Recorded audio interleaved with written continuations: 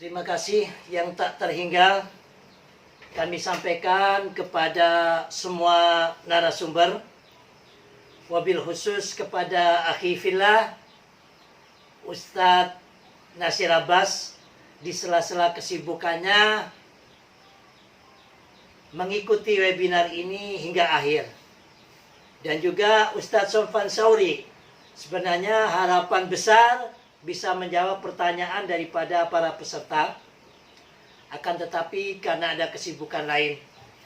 Dan juga kepada Abangda Stansius Rianta yang tadi menyampaikan ataupun sebagai keynote speaker, beserta Bang Denny yang mana memberikan pemikirannya secara filosofis kan gitu. Dan juga Ustadz ataupun Arifillah Habib Ja'far, semuanya apa yang disampaikan oleh para narasumber sangat penting buat kita semuanya sebagai pemilik bangsa dan negeri ini. Semoga webinar ini dapat sampai kepada pemangku jabatan bahwasanya kondisi bangsa kita atau negara kita, mungkin negara yang lainnya, di era globalisasi saat ini banyak sekali rintangan-rintangan, hambatan-hambatan untuk memperkuat dan memperkokoh jiwa nasionalisme itu. Di samping kita dihadapkan kebebasan daripada era globalisasi yang ada di internet ini, sehingga isme-isme masuk. Indonesia yang kebetulan mayoritas beragama Islam, maka baik itu dari kelompok ideologis yang menginginkan mengubah negara ini menjadi negara agama, itu cukup sangat mempengaruhi media-media sosial yang ada. Tetapi mereka tidak sendirian. Ada orang yang berkepentingan agar Indonesia ini hancur, agar Indonesia ini terbelah, agar Indonesia ini kacau. Sehingga gerakan-gerakan yang tidak menghendaki Indonesia dengan Pancasila dan Bhinneka Tunggal Ika-nya ini, mereka dorong dengan berbagai kekuatan, dengan tangan yang tidak tampak, baik melalui media maupun pendanaan-pendanaan yang ada oleh kelompok-kelompok kapitalis hitam. Ingat, para kapitalis ini tidak punya agama.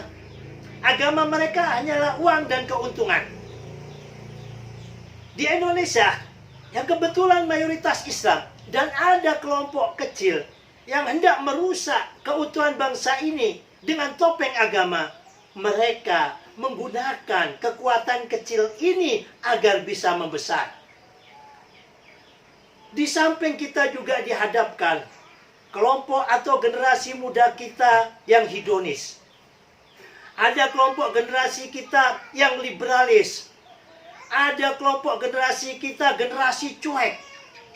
Ini semuanya tantangan yang dihadapi generasi milenial kita, dan kita sebagai orang tua harus sama-sama mengantisipasinya sedini mungkin. Wahai kalian-kalian, orang-orang yang katanya baik, wahai kalian-kalian yang katanya cinta NKRI dan Pancasila ini, janganlah diam.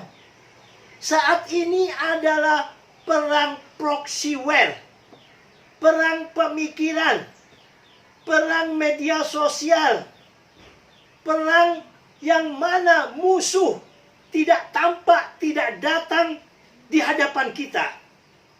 Tetapi mereka datang melalui pencucian otak yang tanpa kita sadari, ataupun generasi kita tahu-tahu sudah tidak mencintai Pancasila kita, tahu-tahu dia seakan-akan hijrah. Orang tua senang, melihat anak ahli ibadah, ternyata di dalam ibadah tersebut mereka justru membenci bangsa dan pemerintahannya yang sah. Apa yang disampaikan oleh Ustadz Bahtiar Nasir khususnya tadi yang mengikuti webinar sampai terakhir ini, memang betul bahwasannya teroris ini tidak beragama. Seperti COVID. Jadi menempel kepada siapapun. Kebetulan gue kenalnya sama Ustadz Nasir Abbas dan juga Ustadz Sofyan Sauri, dan juga ada beberapa teman yang ex-teroris dan juga ex-radikalis muslim. Ada beberapa dari agama yang lain yang memang patut kita hadirkan. Bahwasanya teroris ini seperti benalu, menempel di mana saja. Baik juga kepada orang-orang yang ateis sekalipun. Tujuannya tidak ada lain menyebar teror. Dan juga yang sangat menarik tadi, apa yang disampaikan oleh Ustadz Nasir Abbas tadi, bahwasanya pernah bertemu dengan kelompok-kelompok teroris yang mengebom gereja, yang mana di dalam ajaran Ustadz Nasir Abbas sendiri itu tidak ditemukan. Mengapa itu dilakukan? Nah, ini tersibak rahasianya. Tidak ada lain, tidak ada bukan. Mereka tujuannya adalah apa? Agar membuat suatu bentuk kekacauan. Dengan dibomnya gereja ini, diharapkan orang-orang Kristen supaya marah kepada umat Islam. Begitu terjadinya suatu bentuk kekacauan, lah mereka masuk di dalam wilayah kekacauan ini untuk mengubah sesuai dengan harapan dan tujuan mereka, yaitu menegakkan dan mengubah negara Indonesia sesuai dengan harapan daripada guru-gurunya yang dulu, Kartosuwiryo dan teman-temannya, yaitu kelompok-kelompok DITII ataupun NII. Maka dari itu, kami minta kepada semua para tokoh agama, jika sekiranya ada pengeboman tempat ibadah, jangan sampai, ya terus terang, siapapun yang agamanya, tempat ibadahnya itu dirusak pasti marah. Ini tidak ada lain tiada bukan, adalah kerjaan para provokator bangsa yang diharapkan adalah imbas balik. Gereja dibom, gereja dirusak, supaya orang Kristen marah, membalas, merusak, atau ngebom kepada masjid. Atau juga di wilayah Indonesia Timur, ini bisa juga terjadi. Masjid dibakar ataupun dibom, supaya orang Islam marah, sehingga gereja dibakar ataupun dirusak. Karena yang mereka harapkan adalah kekacauan pada bangsa ini. Begitu kacau, mereka mengambil alih seperti apa yang terjadi di Timur Tengah, baik itu di Suriah dan lain sebagainya. Kita sebagai rakyat tidak memegang kekuasaan, tidak memegang senjata, tidak memegang tentara. Yang memegang kebijakan dan memegang kekuasaan adalah pemerintah yang menjabat. Menghadapi kondisi semacam ini, harus ada langkah-langkah yang ada saat ini lebih ditingkatkan kembali. Jangan sampai seperti apa yang kita dengar tadi dari para narasumber ex-teroris ini. Mereka tidak ada futur, tidak pengen jabatan dan lain sebagainya, tidak takut mati dan sebagainya. Otaknya sudah dicuci. Target mereka adalah surga, target mereka adalah ridhonya Tuhan.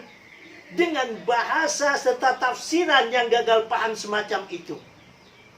Bagaimana virus pemikiran ini agar tidak menyebar kepada generasi kita? Sementara penyebarannya itu ada di media sosial. Nah, di sini apa yang telah dilakukan dengan apik oleh Kapolri kita yang baru dengan konsep polis virtual, hendaklah jangan diwacanakan. Berkali-kali gue sampaikan dengan tidak bosan. Karena kuncinya yang bisa mencegah ini adalah yang memiliki kekuasaan, yang bisa mengakses dan menjebol serta menutup internet. Itu adalah pihak penguasa, dalam hal ini aparat penegak hukum, yaitu pihak kepolisian. Apa yang diharapkan di dalam kampanye waktu polis virtual ini? Hendaklah kepolisian ini saat ini tugas sangat berat, bukan hanya sebagai keamanan buat negara ini, tetapi membantu konflik. Tetapi harapan kami, hendaklah jangan dengan konflik ini kelompok-kelompok yang hendak merusak bangsa ini melalui media sosial hingga terabaikan. Bagaimana di dalam kondisi konflik semacam ini, polis virtual justru lebih diaktifkan karena mereka mengambil kesempatan dalam kesempitan. Saat ini banyak kita temui ceramah-ceramah yang mana tidak mempercayai konflik, tidak mendukung adanya vaksinasi dan lain sebagainya. Ini sangat membahayakan. Ini adalah program strategis, program utama saat ini pemerintahan Presiden Jokowi. Ini ada yang hendak menggagalkannya. Yang bisa menghentikan ini adalah polis virtual. Bagaimana konten-konten yang membenci kepada pemerintah, yang mengadu domba, yang mana program strategis seperti vaksinasi dan pencegahan COVID ini melalui masker dan sebagainya, apabila ada konten-konten yang membuat masyarakat bingung, membuat masyarakat tidak percaya dengan ceramah-ceramah yang berbaju tokoh agama, ya mungkin ustadz lah kan begitu, hendaklah segera ditutup. Jangan sampai ini menyebar. Gus lihat yang nge-like, yang membuka konten tersebut puluhan ribu. Ini kan bahaya. Ratusan triliun uang dikeluarkan oleh negara, dalam hal ini pemerintahan Presiden Jokowi, untuk mencegah agar COVID ini tidak menyebar, agar COVID ini segera berlalu. Tapi ada sekelompok orang melalui konten-konten yang ada memfitnah, mentidakbolehkan, membuat masyarakat bingung dengan ujaran-ujarannya yang ada. Di Indonesia ini sudah bisa dikatakan pasar bebas ustadz. Kenapa Gus katakan demikian? Asal orang sudah bisa ngajar Iqra saja sudah dipanggil ustadz. Orang baru masuk Islam menyampaikan perihal dia kenapa masuk Islam, ceramah 1-2 kali sudah dipanggil ustadz. Dan yang ngeri lagi, banyak orang-orang yang dipanggil ustadz, tetapi bukan memberikan pencerahan. Justru yang ada memberikan provokasi. Dan kalau tidak ada tindakan tegas daripada pemerintah kepada orang-orang yang ngaku ustadz ini, padahal ustadz ini ataupun ulama ini adalah sebagai moral force, kekuatan moral pada bangsa ini. Aparat penegak hukum, power force. Lah saat ini banyak yang ngaku-ngaku dirinya ustadz bukan menjadi moral force, tetapi menjadi provokator force. Kekuatan provokasi. Kekuatan di dalam apa? Topeng agama di dalam kekuasaan ataupun politik. Nah ini juga harus yang bisa menyelesaikannya adalah yang memegang kekuasaan. Bagaimana caranya? Ayo, apa yang telah didengungkan oleh Kementerian Agama dan Kapolri yang baru didukung oleh Kapolri yang baru dengan adanya moderasi beragama dan juga adanya penceramah bersertifikat seluruh penceramah agama, jangan hanya diwacanakan, segera diwujudkan.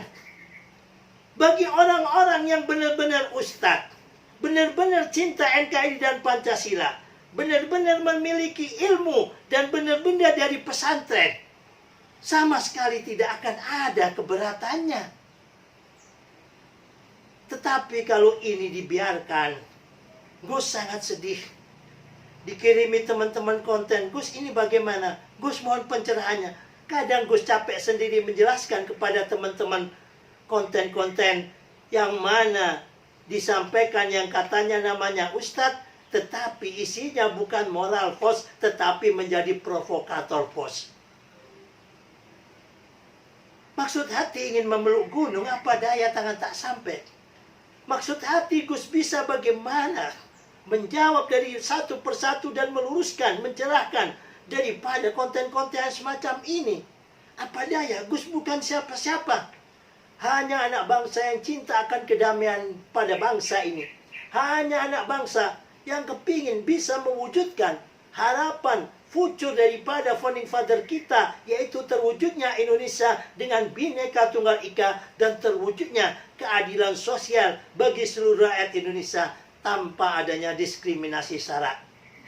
Semoga kata penutup dan harapan kami ini bisa didengar oleh pemangku jabatan agar polis virtual sekali lagi segera benar-benar diaktifkan. Konten-konten yang menyebar ujaran kebencian, baik itu kebencian kepada sesuku lain ataupun kebencian kepada yang banyak itu kebencian antar agama, hendaklah konten-konten tersebut dengan polis virtual ini ditutup. Dan yang kedua, ayo bapak-bapakku yang jadi menteri yang memegang jabatan dalam hal ini, yang telah menyerukan adanya sertifikasi atau sertifikat para penceramah seluruh agama, hendaklah segera diwujudkan, jangan hanya diwacanakan. Karena apa? Indonesia sudah jadi pasar bebas para ustadz. Siapapun bisa ngaku ustadz di Indonesia ini. Ya, kalau orang ngaku pakai baju coklat saya polisi, ditangkap nggak? Ditangkap. Apalagi pakai baju doreng, ngaku TNI, wah langsung benyok semuanya, dibawa ke Denpom situ, ya kan? Bersurban, ngerti alif bakta, menjadi penceramah, monggo boleh saja. Tetapi ceramahnya isinya ujaran kebencian, adu domba dan lain sebagainya. Nah ini pentingnya adanya penceramah yang bersertifikat, sehingga benar-benar dia itu penceramah yang berilmu atau hanya minal jinnati wan nas, ya? Manusia badannya tapi hatinya jin. Dia berkoar-koar dengan baju ustadz untuk mengadu domba sesama anak bangsa di Indonesia ini. Tak ada gading yang tak retak, tak ada manusia yang tidak punya salah dan khilaf. Kalau ada kebenaran dan kelebihan daripada acara webinar Agama Cinta ke-40 ini, semata-mata campur tangan Tuhan Yang Maha Esa. Dan apabila ada kekurangannya dari kami sendiri sebagai hamba Allah yang dhaif dan lemah, tidak ada kata kecuali ucapan terima kasih dan penghargaan yang setinggi-tingginya kami sampaikan kepada semua narasumber dan juga moderator. Tetapi moderator tadi suaranya nggak bisa keluar, jadi kami ucapkan terima kasih kepada Mas Nurul, operator yang merangkap sebagai moderator. Salam dari kami. Apabila ada sumur di ladang bolehlah kita menumpang mandi. Kalau ada umur panjang, mudah-mudahan kita berjumpa kembali di acara webinar Agama Cinta edisi ke-41. Dari kami, billahi taufiq wal hidayah, wal ridha wal inayah, wallahu muwaffiq ila aqwamit thoriq. Assalamualaikum warahmatullahi wabarakatuh. Salam Pancasila, salam Bhinneka Tunggal Ika, salam Agama Cinta, merdeka!